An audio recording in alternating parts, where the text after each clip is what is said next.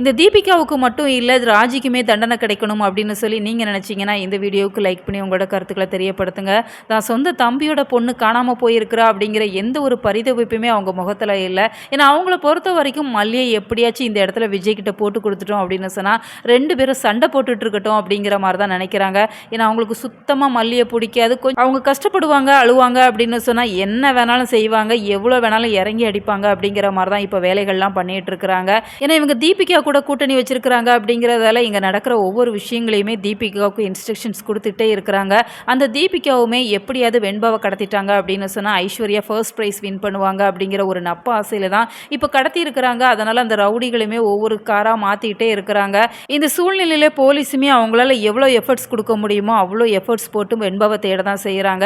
இந்த சூழ்நிலையில் இப்போ விஜய்க்கு கால் பண்ணிகிட்டே இருக்கிறாங்க மல்லியானா. விஜய் ரிசீவ் பண்ண முடியாத ஒரு சூழ்நிலையில் இருக்கிறாங்க. ஏன்னா அவங்க மயிலை கூட்டிகிட்டு அந்த கோர்ட்டுக்கு போயிருக்கிறாங்க. இந்த சூழ்நிலையில் அவங்களால ஃபோன் அட்டன் பண்ண முடியலை. ஏன்னா விஜய் அந்த காம்படிஷனுக்கு கூட்டிகிட்டு போகவே கூடாது அப்படிங்கிற மாதிரி ஸ்ட்ரிக்டாக சொல்லிட்டாங்க. இருந்தாலுமே வெண்பா காணாமல் போனாங்க அப்படிங்கிற விஷயத்த நம்ம சொல்லாமல் இருந்தால் அது சரி வராது. அதனால் விஜய் கிட்ட எப்படியாச்சும் கன்வே பண்ணிடணும் அப்படிங்கிற மாதிரி தான் திரும்ப திரும்ப கால் பண்ணுறாங்க. இப்போ மல்லியுமே அழுது அழுது ஓஞ்சி போயிட்டாங்க அப்படிங்கிறதால இப்போ விஜய் மல்லிக்கு கால் பண்ணுறாங்க.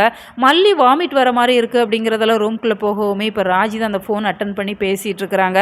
ராஜிக்கு இது ஒரு நல்ல சந்தர்ப்பமாக யூஸ் பண்ணுறாங்க. ஏன்னா எப்பப்பெல்லாம் நல்ல சந்தர்ப்பம் கிடைக்குதோ அதெல்லாம் யூஸ் பண்ணணும் அப்படிங்கிற மாதிரி அவங்க மைண்டுக்குள்ளே திங்க் பண்ணிகிட்டே இருக்கிறாங்க. அப்படிங்கிறதால இந்த டைமில் நடந்த விஷயத்தை நம்ம சொல்லவே கூடாது.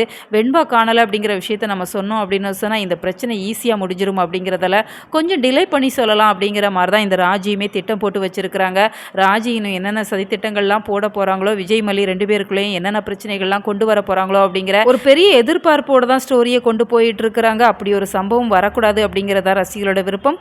உங்களோட கருத்துக்கள் என்ன அப்படிங்கிறத மறக்காமல் கமெண்ட்டில் தெரியப்படுத்துங்க. மேலும் இது போன்ற வீடியோக்களுக்கு நம்ம சேனலை சப்ஸ்கிரைப் பண்ணுங்கள்.